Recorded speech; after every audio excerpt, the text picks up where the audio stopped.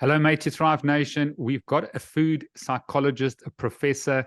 She's a cognitive scientist, brain scientist. Food addiction is the topic today. I'm so excited because I did her online test and I scored a very scary 9 out of 10. I am Greek Mediterranean, and we grew up celebrating with food. When you were depressed, you ate food. And I've got a very, very strong relationship to food. So I'm just really excited to have Dr. Susan Peirce Thompson on the show. She's got an incredible book. She's a multi-New York Times bestseller, and just so encouraged to have someone who's so brave and so courageous with her work. So welcome to the show. Thank you so much, Steve. It's great to be here. Great to be here. Brilliant. So tell me, I'm calling you a food psychologist or a food addict specialist. Just give us the rundown, because people are listening saying, oh, I've never heard of a food psychologist. What is it and why is it so important? Yeah, I mean, I guess my Ph.D. is in brain and cognitive sciences, and I was a psychology professor for 16 years. Are you Australian? I'm South African. South African. Okay, Yeah. okay. I misplaced your accent. I taught at the University of New South Wales in Sydney, Okay. Australia for a couple of years. Yeah, and so I don't know if a food psychologist is a thing, but I am a psychologist, and my expertise is in the psychology of eating. And I taught a college course in the psychology of eating for many years. And now I mainly help people with food addiction and sustained weight loss, like sustainable weight loss. How do you lose weight and then keep it off for years and decades? I've been maintaining my weight loss now, a fairly significant weight loss. I went from clinically obese to slender 20 years ago.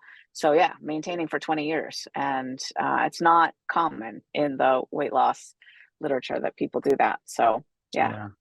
According to YouTube, and I checked you out and listened a lot because I just felt that it's so important to look at food as the strongest addiction. And you've mentioned that before, and how important it is just to ensure that we understand the relationship to food, and to things we put in our mouth. And every morning I have a very intimate time with Candace.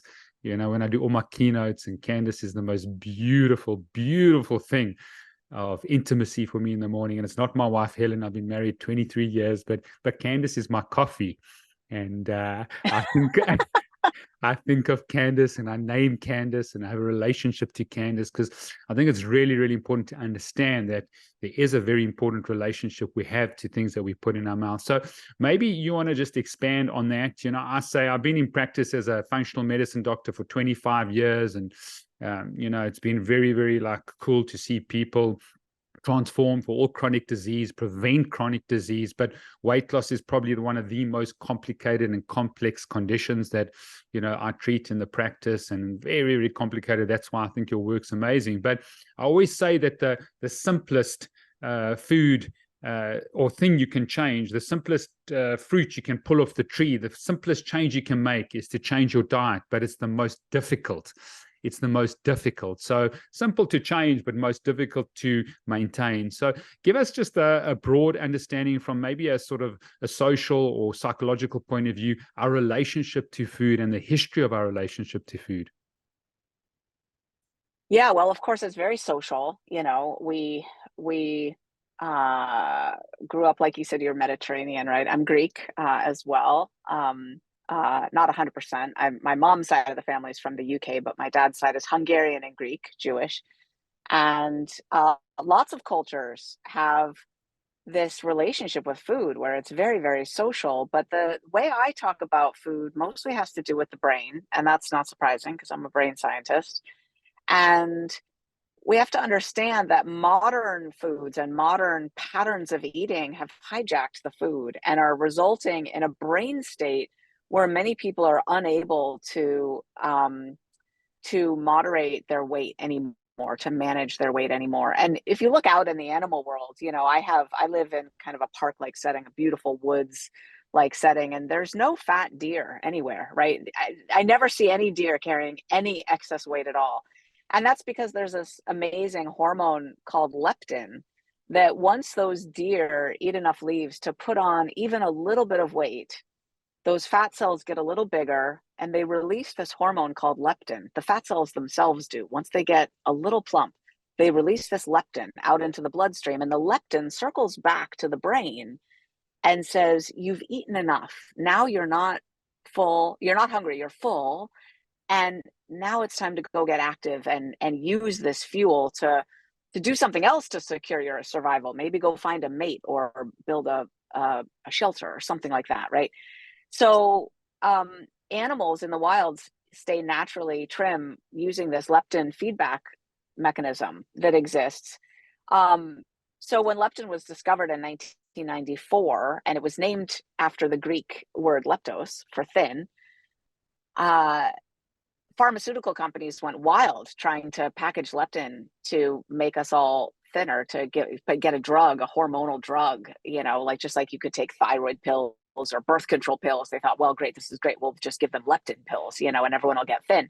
But it didn't work, because anyone carrying excess weight already has plenty of leptin in their bloodstream. And what we learned was that what's happening is that leptin is being blocked. It's being blocked in the brain by several factors, which I'll mention in a second. But when leptin is being blocked, it's called leptin resistance. I'm sure everyone by this point has heard of insulin resistance, but leptin resistance is what's causing obesity. And when leptin is being blocked in the brain literally thinks you're starving, So what's causing leptin resistance is high baseline insulin levels, high triglycerides, and high inflammation.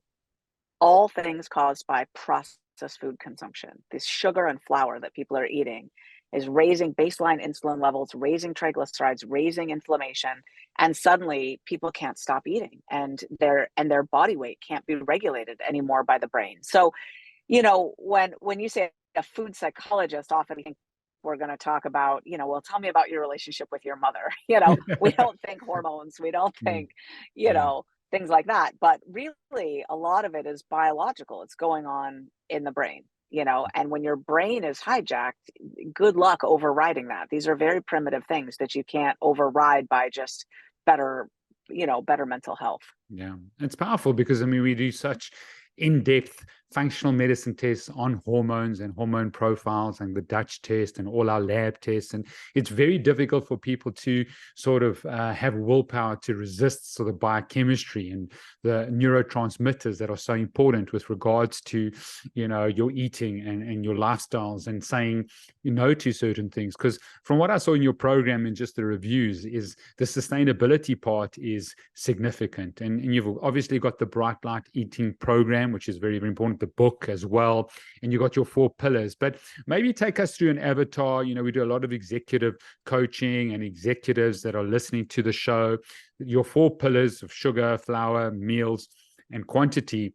And take us through an avatar of someone in their 40s who's really struggling with a yo-yo dieting, male or female, who just has sort of an addiction to food, really struggles to trying to get all this dopamine up by eating, and just really got a lot of cravings, maybe sleep's been affected. So there would be one avatar. And then possibly, if that's the female, maybe a male avatar of, the success stories of where you start, how the program works.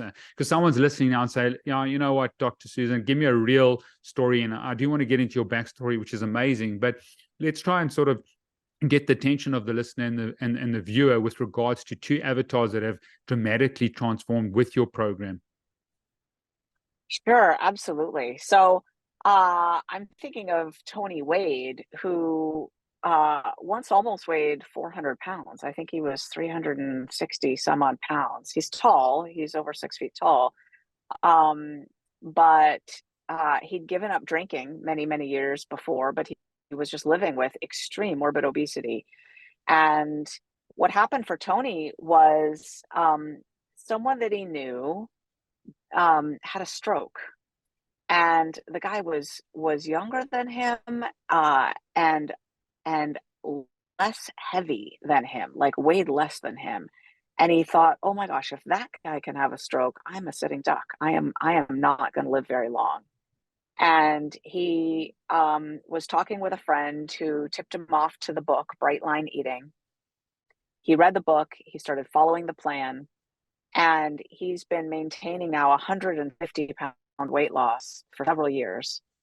He fits back into his high school basketball jersey, and even more, he has so much peace around food now. He's now regained authorship over his eating, so he's transitioning more to plant-based eating. He's exercising a lot. His whole lifestyle has improved. Food turned out to be the keystone habit for him. Once he got food in place, everything else got better. And yeah, his life is just 1,000% better, and he's not worried about his blood work anymore. It's all great. So that's Tony Wade. That's Tony Wade. And then I'm also thinking Before you go on to the next one, Dr. Susan, yeah. sorry, give us the sort of the key, because every story is different, every avatar is different with regards to their uniqueness. But for your average person, what were the keys in your program that really made a huge difference? Because I just know how successful it is, looking at the biochemistry, looking at the neurotransmitters, looking at labs. Obviously, the relationship to food is important. But what were some of the key points in your program that really helped him sustain that? Yeah. So we approach changing your eating very differently than any other program I've ever encountered. As a matter of fact, we give you opposite advice to what a lot of people will say. A lot of people will say, most programs say eat meals and snacks or many small meals throughout the day. There's multiple opportunities to eat throughout the day. And what we say is, no, stick to 3 meals a day with nothing in between, literally nothing in between. And what's important about that is that you mentioned the word willpower earlier on. And I would argue that adherence over the long term is the sticking point for most plans. Most plans would work if people could stick to them. Yeah. The issue is that people can't or don't or won't stick to them. It's kind of hard to tell which, right? Can't, won't, don't, won't. I don't know, but all I know is 6 months later they're not, right? A year later they're not, and they've regained weight. And what's happening? Well, the issue is not that people don't know what to eat. People know that they should be eating blueberries and broccoli and not pizza, wings, and beer. Like, they know, but they can't stick to it over the long term. And the issue at hand is something called the willpower gap. So the willpower gap is that the part of the brain that reins in temptation, and food temptation is everywhere around us all the time. And the part of the brain that says, no, I'm not eating that, I'm going to stick to my food plan, it's called the anterior cingulate cortex. And I'm pointing now to my third eye because it's a couple inches right behind the third eye of the forehead. It's right behind the prefrontal cortex. And that part of the brain, unfortunately, doesn't just have to deal with reining in temptations or marshaling our willpower, right? It also is trying to help us make decisions, regulate our task performance, rein in our emotional responses. And this part of the brain, unfortunately, gets fatigued through just 15 minutes of hard use. So during a busy modern life, that part of the brain is fatigued a lot. And at that moment, it cannot show up for us to resist a temptation, and we cave and eat something that we know we shouldn't be eating. And you just have to do that once or twice a day, or even once or twice a week, to derail, your efforts.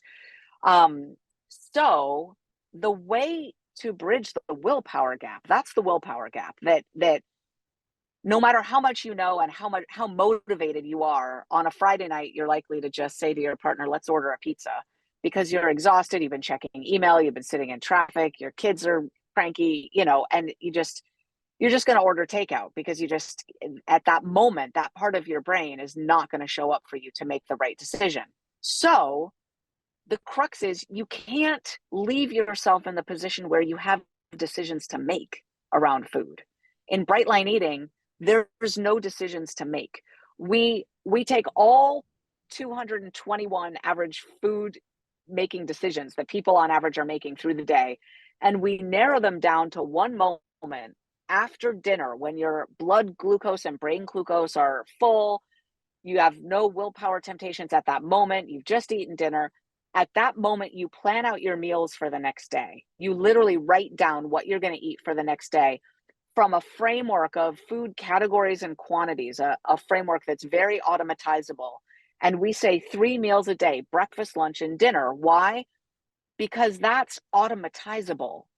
6 meals a day or meals and snacks is not automatizable. You can't automate that or build a habit around it. Just like if you had to brush and floss your teeth 6 times a day, you wouldn't be successful at it.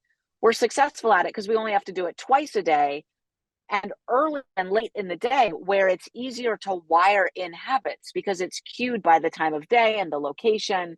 And suddenly we find ourselves brushing our teeth regularly. Even if we're in a grumpy mood, even if we're exhausted, even if we're sick, we brush our teeth before going to bed. Now, 95% of us do. For the 5% who don't, I'm sorry, I've got nothing for you. But a lot of us can relate to that automaticity. It really works for teeth brushing. So we use that same part of the day. So what did Tony do differently? 3 meals a day, nothing in between. No sugar, no flour ever. That's the bright line. So you make that decision once and you never revisit it. No sugar, no flour ever. That's the bright line. Other people will tell you that's unreasonable. You need to do moderation. You need to do intuitive eating. And I say, well, good luck with that. How well is that working for you? You know, when people use bright lines, it works because they make the decision like a non-smoker doesn't smoke cigarettes ever. You just don't smoke a cigarette. And when you don't engage with those foods, the cravings actually go down, not up. We have published data that show that people's cravings go down over the first 8 weeks till they don't have cravings anymore. So hunger goes down, cravings go down, and that's what our plan is about. It's about automaticity, and it's about helping people adhere over the long term. They make a habit that's so wired in that it becomes really seamless, like brushing their teeth, and then they just find themselves doing it every day. Sure. So basically you're really making it easy for people to make, or easier for people to make the correct decisions because it's planned, it's automated, it's a habit now. It's part of sort of just how you drive your car. You don't think about driving your car. So you're going to be thinking about just having 3 meals. This is exactly what you're having. You've planned it, you've sorted it out, and so that you're not leaving anything to chance. That's right. That's exactly right. Brilliant. Yep. Brilliant. Now, in terms of addiction, like with me and Candy or Candace in the morning, just waiting and thinking about it, doing your online test was just amazing. What a test, 9 out of 10, just with my history being Greek and that. I've controlled, my body fat percentage is good. My eating is pretty regular, pretty good. And, I have 10% body fat. But thinking about this coffee in the morning and probably the dopamine hit I get, or the very dopaminergic sort of hit I get from coffee, do you replace, say, the sugar and the flour, which I think is obviously key in terms of what it does as an endocrine disruptor, but do you replace things with people that, that really love like coffee or, other sort of addictions, because at the end of the day, I love your story in terms of your own, and I want to get into that because I think it's profound, all these 12-step programs you did and what happened to you, growing up with regards to addiction. But then people take alcohol, they get it out, then they'd use food, and then they're addicted to food, or then they're addicted to sex, or they're addicted to porn, or they're addicted to coffee. How do we get around this addiction? Or is it possible in this crazy world to actually conquer addictions?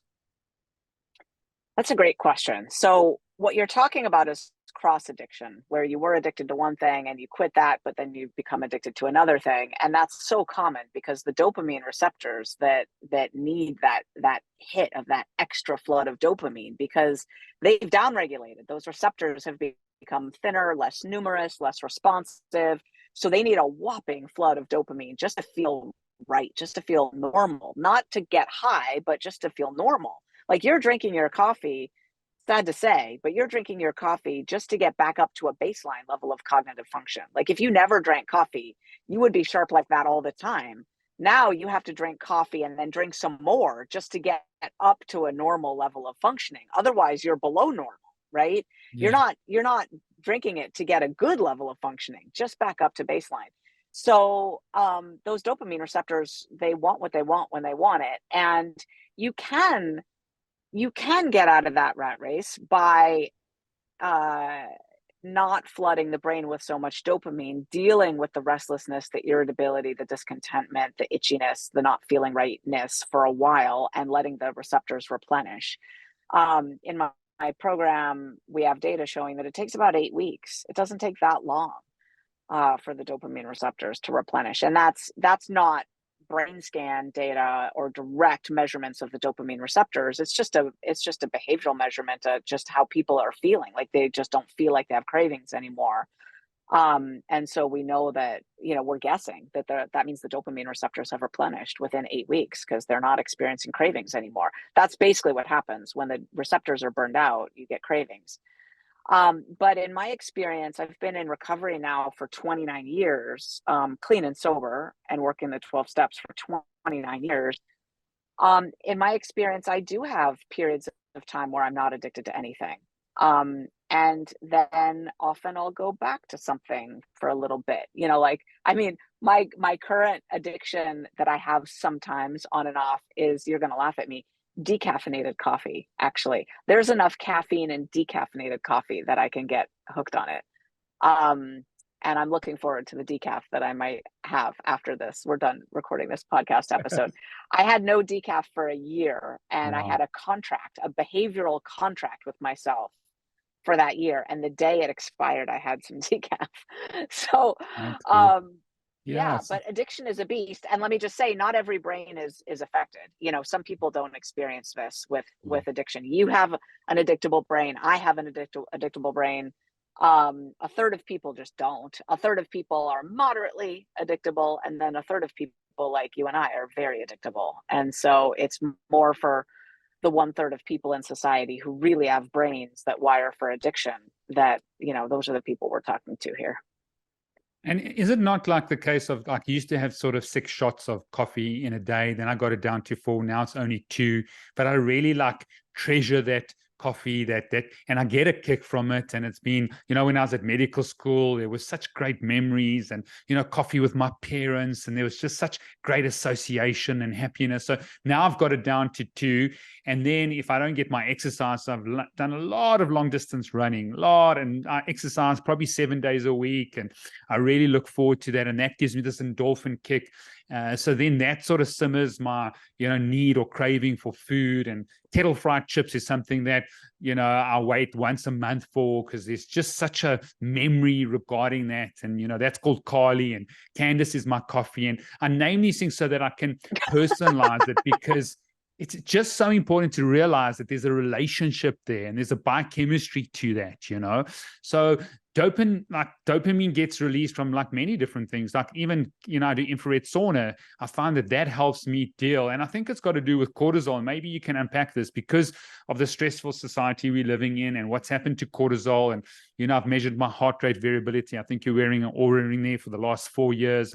I'm wearing a Whoop at this moment. I know what happens to my HRV. I see when it reduces, and all of a sudden I'm looking for different types of food and different types of things, and trying to get fresh with my wife of 23 years to try and get this dopamine up. And is it our environment that's caused us to become such dopaminergic sort of, human beings? You know, um, it's an interesting question.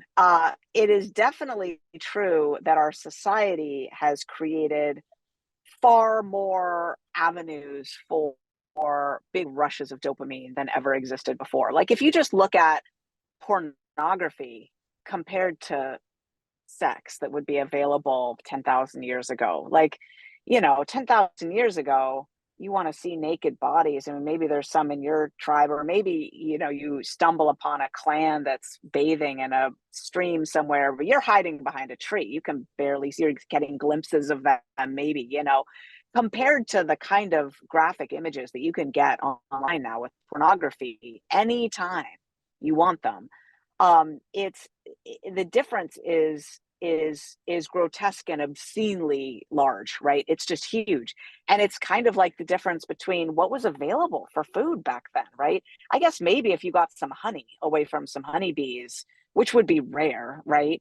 But other than that, what are you looking for? Blueberries? You know, you kill a wildebeest and you get to scrape the fat off the beast's bones, maybe. I mean, and now you can get donuts, right? Like, you just think about what a donut is Yeah. for the brain compared to what used to be available.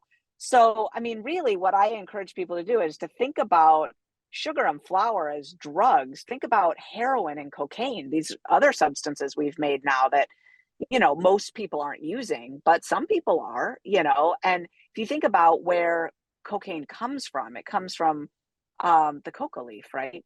they have these bushes in the mountains in South America, in the Andes Mountains, and the hikers will pluck those leaves off the coca bushes and put them in their cheek and chew them and get a little bit of a lift. But scientists published a paper showing that chewing those coca leaves is not addictive.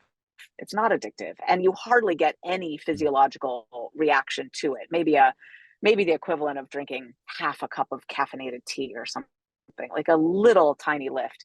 But if you take the inner essence of those leaves and then you refine and purify it into a fine white powder, now you've taken a harmless plant and you've turned it into a drug, right? And it's the same with heroin, with poppies. You know, you can eat poppy seed bagels and fail a drug test because you've eaten too many poppy seed bagels, but you didn't get hooked or addicted or even high, right? Ever. But if you take the inner essence of the poppy plant and then you refine and purify it and you get heroin, now you have a very powerful drug. And this is what sugar and flour are, right? I encourage people to eat all the plants that these things come from: corn and beets and wheat berries and oat groats and whole brown rice, and all these things are healthy foods to eat. But if you take the inner essence of any of those plants and you refine and purify them down into a powder, you're creating a drug, and it works in the brain like a drug. And we have brain scans showing dopamine downregulation for people who've been eating ultra processed foods, just as extreme as the cocaine addicted brain. It looks just the same. So we have to understand our society really is flush with drugs right now, and they affect the brain that way.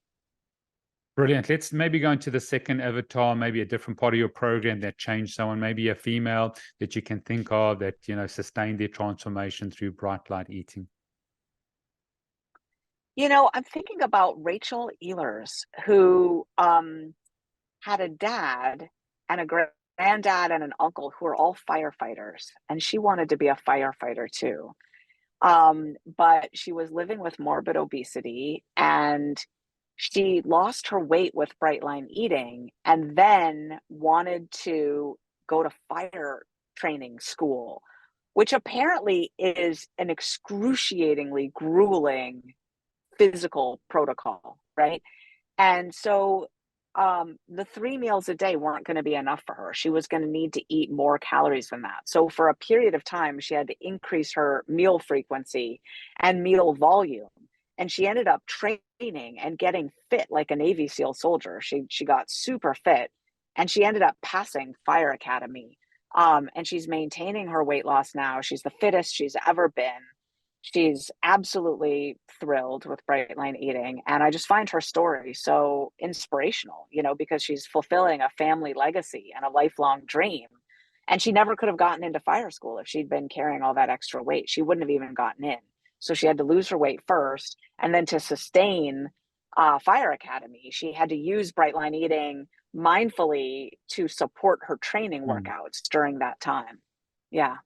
Brilliant. Now, with the program, do you do any sort of lab testing, or do you require anyone to do sort of organic acid testing, or, you know, any GI map testing, looking at things like testosterone? We, you know, do a lot of keynotes in corporates and schools, and, you know, educating people about what's happened to testosterone levels over the last 40 years, decreasing by 50%.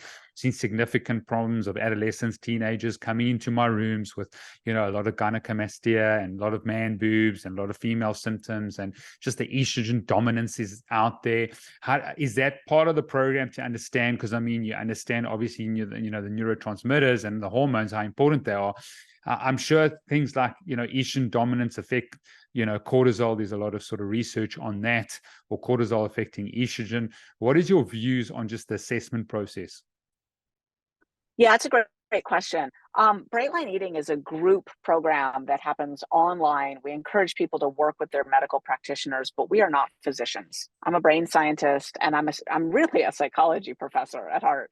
And so what I've created is a curriculum that's kind of like a college level curriculum for retraining the brain for sustained weight loss. It's not a medical program. And so we really encourage people to work with their doctors. Now, I have a fabulous functional medicine doctor who I work with. And when I'm coaching people, I really encourage them to get a functional medicine practitioner to do tests like the Dutch test and so forth. But that is not that's not in our wheelhouse. That is not part of our program. But I mean, you obviously incorporate it for some people, and some people obviously don't need it. But there is that sort of understanding, because you're a cognitive scientist, on how important hormones are with regards to this, process. The main hormones that we focus on, are leptin and insulin. Like, we're really focused on getting the leptin, insulin, glucose balance right. And interestingly, our published data show that people lose weight as readily on Bright Line Eating as they do on semaglutide drugs, right? We're attacking very similar mechanisms. We do it behaviorally. They do it with drugs that have side effects and that are very expensive. And in Bright Line Eating, you don't need a drug to regulate your blood sugar, because we do it through diet effectively. And then when you clear up the leptin resistance, you also clear up that insatiable appetite that people have had. So just like with semaglutide injections, we see hunger and cravings going down linearly in the first 8 weeks that people do the program. And it's just like semaglutide drugs, but just without having to take those drug injections, and without having to deal with the side effects and the expense of those drugs. So that's all hormonally driven. Absolutely. We're focused on hormones. Oh, that's fantastic. And I know that you mentioned that it's the most successful, program out there. Maybe give us a little bit of your research on, Bright Line Eating, because I think it's just amazing what you're doing, and how people can sort of connect to the program and connect to the community. I took out November 10th. That's my birthday. I want to read it. An incredible Shields app. I love your book. It's amazing. It's just, you see, it's a guide. It's a daily thing. Once again, you get it subconsciously. You go to it. It's someone there as an accountability, a voice, obviously listening to you and reading your books, a voice every day that you need. So, but yeah, where can people sort of connect with this process and this program, and obviously, where they can get your books? Let's put that in now. Yeah, absolutely. So people should just go to brightlineeating.com. That's spelled BRIGHTLINE, brightlineeating.com. And that's where they can sign up for the program. We do Bright Line Eating Boot Camp is a 10-week program that whips them into shape. And then after that, there's an ongoing membership that's called the Bright Lifers membership. They also might want to take the quiz. You mentioned the quiz at the beginning of this episode, and the assessment that you had taken. It's very short. It's just 5 quick questions, and it'll give you a number from 1 to 10. You're a 9, I'm a 10. And that reflects how profoundly susceptible our brains are to addictive foods, right? Not every brain, like I said, is susceptible. So you can find out where your brain stands. And that's at foodfreedomquiz.com, foodfreedomquiz.com. And then all my books are available everywhere they sell books, Amazon, Barnes and Noble, etc. Brilliant. Give us the research on how successful your program is. I know there were some papers and that you mentioned far better than any other program out there, because I think that's important from a success perspective. Absolutely. People lose a tremendous amount of weight. Like in the first, just in the boot camp, in the first couple months, people lose on average 3 times more weight to 17 times more weight than they will lose on any other behaviorally based weight loss program.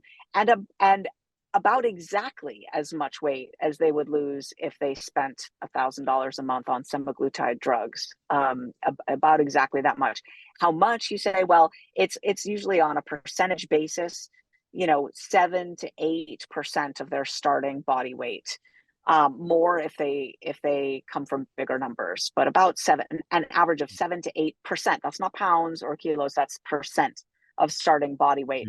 That's in the first couple of months. And then weight loss continues up to about a year, and then they maintain it. On average, we did a 2-year follow-up study. We published this in the Journal of Nutrition and Weight Loss, showing that at 2 years out, there was still not a single pound of regained weight over the cohort. Now, obviously, some individual people did regain some weight, but for every pound that they gained back, someone else lost an additional pound, canceling it out in the group cohort. So across the whole group, no weight regain at all over 2 years. And we're doing a 6-year follow-up study right now. So we'll see what the numbers look like pretty soon when we start to analyze those data. Now, another interesting study that we published with a very large sample size, it was 4,509 people that we published about 3 years ago. This study showed that across every age group, people in their 20s, 30s, 40s, 50s, 60s, 70s, 80s, across every age group, weight loss was fast and the same, like the same amount, the same speed, the same rate of weight loss.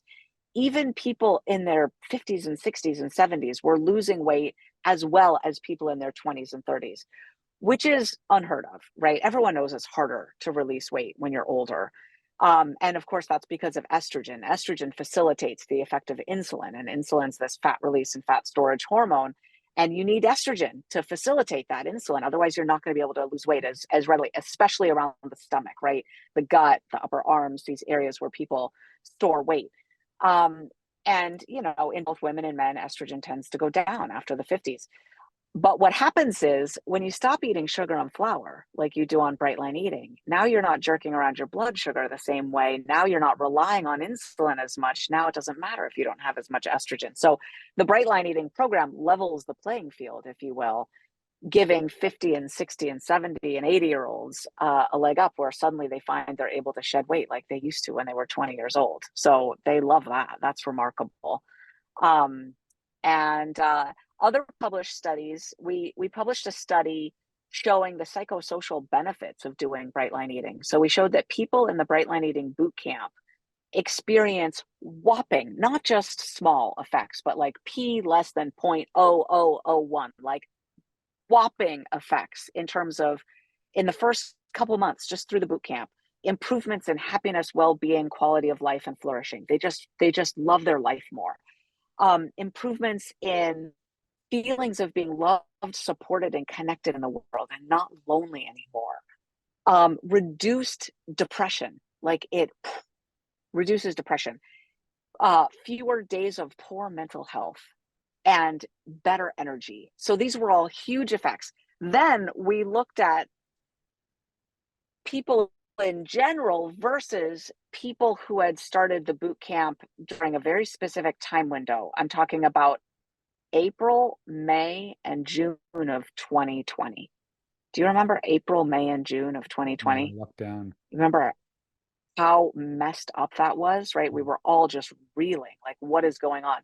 And people who started the Bright Line Eating Bootcamp during that window of time and were in it then had all of those same effects, even statistically greater, like those huge effects, bigger.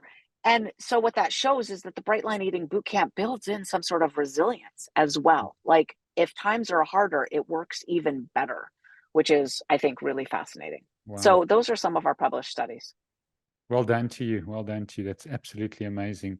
I know you got a bit of a history, and if you can just sort of give us a summary on all your addictions and how it worked, short backstory, because I know this could be, and I want to honor your time, although I find it so fascinating in terms of just your story, because trauma, I think, is something that people don't understand, and many people are traumatized, and then to deal with that trauma, Susan, they go to different addictions.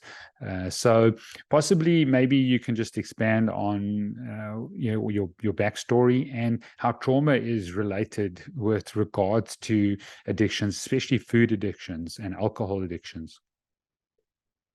Yeah, sure. So, well, I guess the story really starts when I was 14 years old. I started using drugs when I was 14 years old. I already had a bit of a weight problem. I weighed more when I was 11 than I do now. So I was already concerned about my weight.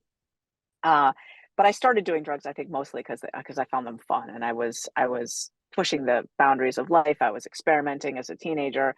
I was meeting boys. I was having fun. I was partying. But the drugs escalated, and I kept using them. And when I was 16, I found crystal meth or speed, methamphetamine, which is a pretty heavy drug. And I really fell in love with it. It helped me lose all my excess weight. It helped me stay up all night, and I played a lot of pool. And it also scrambled my brains pretty badly. Like I developed drug-induced psychosis, and which is basically like schizophrenia. You know, I had just started having psychotic episodes, and I had to drop out of high school. And from that point on in my drug using, I was in and out of sanity and insanity. Like I was going into delusional, hallucinating, psychotic episodes pretty regularly. Um, and I did quit crystal meth, but then I just picked up cocaine and I started freebasing cocaine, and then I just started smoking crack. And I funded a lot of that with prostitution, and dropped, I already said I dropped out of high school. So I was just, doing loops from the streets into the crack house, back out onto the streets, back into the crack house. And when I was 20 years old, with a blonde wig on my head, I had a moment of clarity in a crack house, and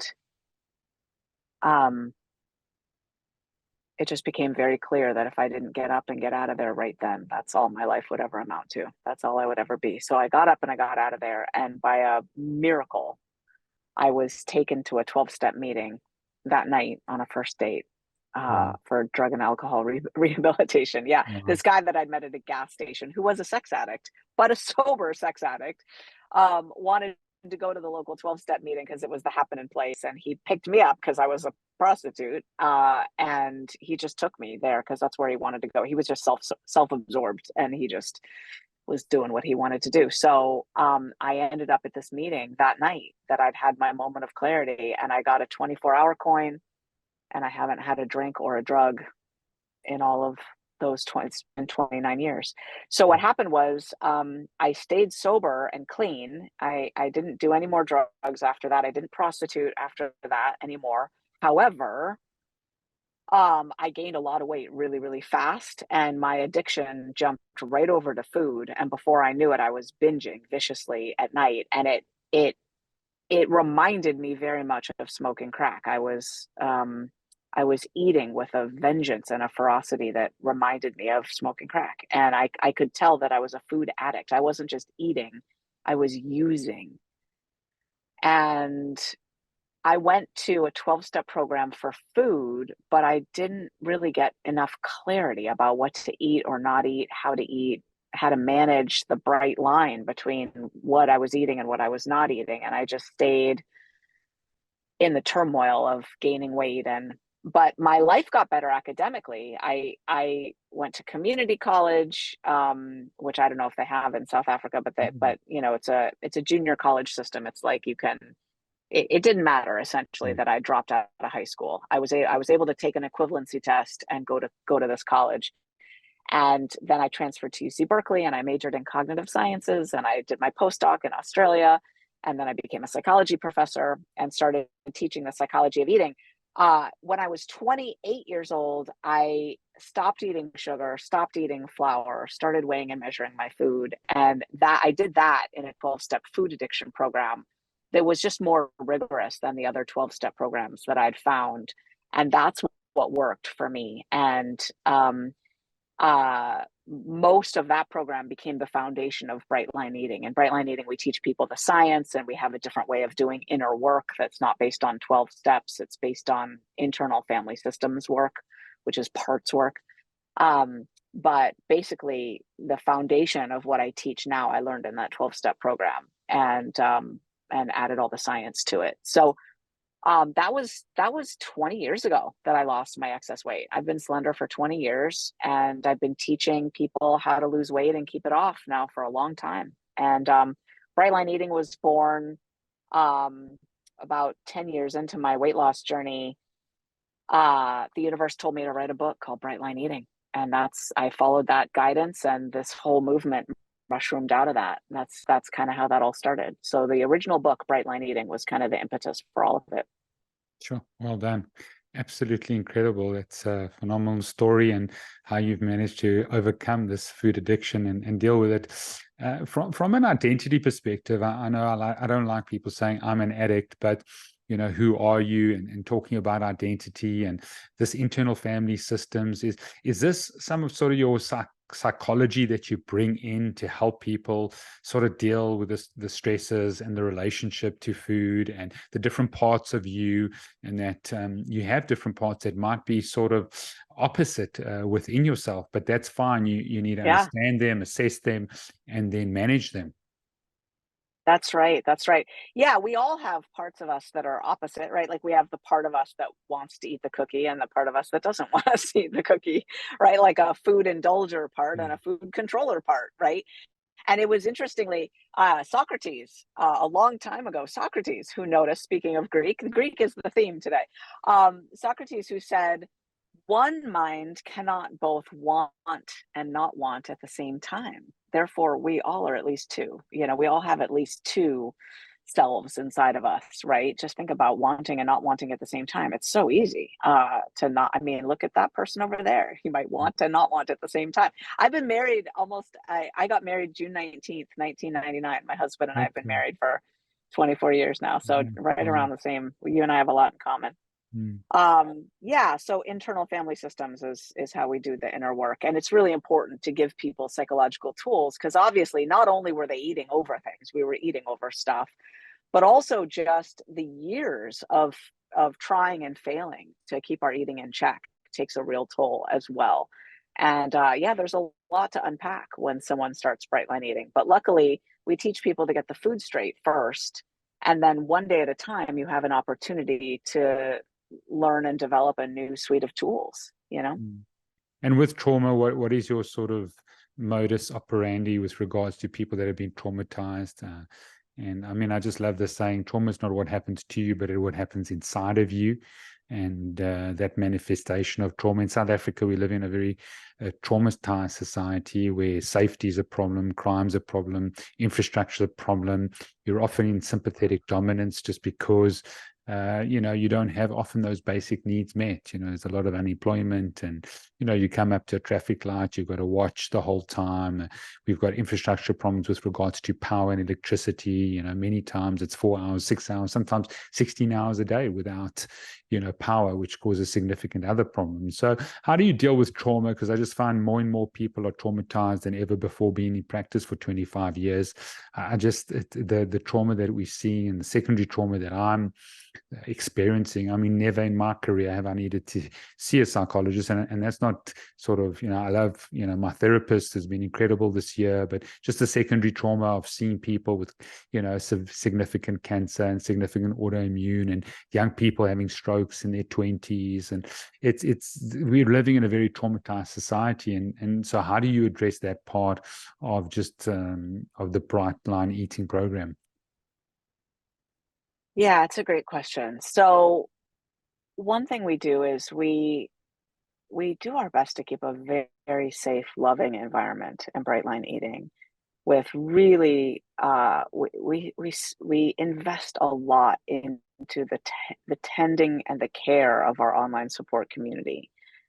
And we also have to recognize, to be honest, that we are not experts in the healing of trauma. That is not our training, nor our role, nor our function in Bright Line Eating.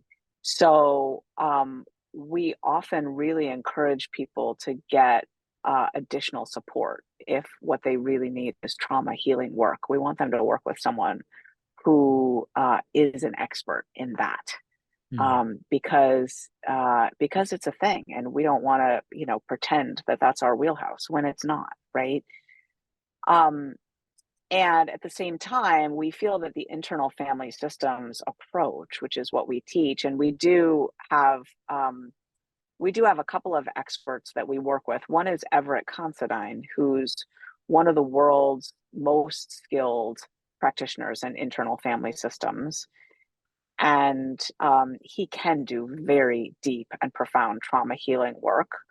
And so we refer people to him a lot. We also refer people to Dr. Joy Jacobs, who's an eating disorders therapist. And she is, an expert and can do private therapy work with people as well. So we like to refer people to experts and informed experts as well, because they need to understand the Bright Line approach and ideally be able to work with someone to do the work as they're having their bright transformation. Brilliant. Just coming to the end of the show, maybe you can talk. I mean, you obviously wear the Aura ring, things that have really helped people. Looking at their sleep, has that been something that's been important to the Bright Line program, or encourage people to do, get the morning sunlight and get your melatonin, cortisol rhythms correct, or your circadian biology with regards to, weight loss and specifically fat loss? I mean, I don't know if you incorporate DEXA scans or body compositions, how important that is. I mean, I know the semaglutide sort of research. I've studied it, and my personal, just functional medicine approach, I've seen a lot of side effects with it. I've seen a lot of muscle loss, sarcopenia with semaglutide, and that's been problematic. But maybe just give us sort of other things that you found helpful, or assessments or measurables like HRV or Aura or Whoop that have helped your clients lose fat. Yeah, absolutely. So interestingly, uh, I'm kind of into this stuff, but we often encourage people to focus primarily on weighing and measuring the food that goes into their mouth. That when you measure that first, uh, it can be fun to track the outcomes, on the other side. But when you're really, really precise about what you put into your mouth, it takes care of so much, like the needle mover really is getting the food right. And then once you do that, so many things fall into place downstream, like sleep, for example, right? One of the things people fail to realize is how much of an effect meal timing has on sleep. When you stop eating after, say 6 p.m., you're not putting another bite of food into your mouth after 6 p.m. Suddenly you find yourself with a circadian rhythm that just straightens out. You find yourself falling asleep, sleepy, drowsy, with good melatonin hitting your brain at 9:30 p.m. and sleeping a good 8 hours. And you're like, wow, how did that happen? Well, I never had that before. Well, you always were eating past 6 p.m. and tricking your peripheral circadian system into thinking that it was still daylight, while your suprachiasmatic nucleus of the hypothalamus was thinking that it must be bedtime. And, those signals were crossing and blunting out your circadian rhythm, and everything was wonkadoodle, and you weren't getting any good melatonin at night. So, so many things straighten out with just the food. So we encourage people at first to keep it simple, because people can get so paralyzed by too much to do, right? And we say, look, we keep it simple for people. Just focus on this first. And then, a couple years in, you'll find like, oh, yeah, I can get an Aura ring. I can look at my heart rate variability.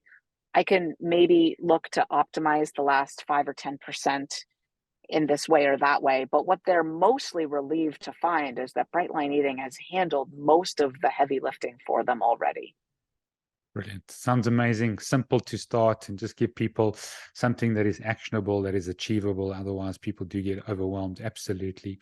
So give us some last, as we come to the end of the show, your last piece of advice on sustainable transformation with regards to lifestyle habits. I know we're talking about food, but you're a cognitive scientist, and I have a lot of people that come to me with a condition. They put in an exercise program, which is so important for their health, or they put in a food program, which is so important for their health, or just with regards to relationships, community, because we're becoming more isolated. But then 6 months later, or 9 months later, or a year, they've hit the default button again, and they're back to their old ways.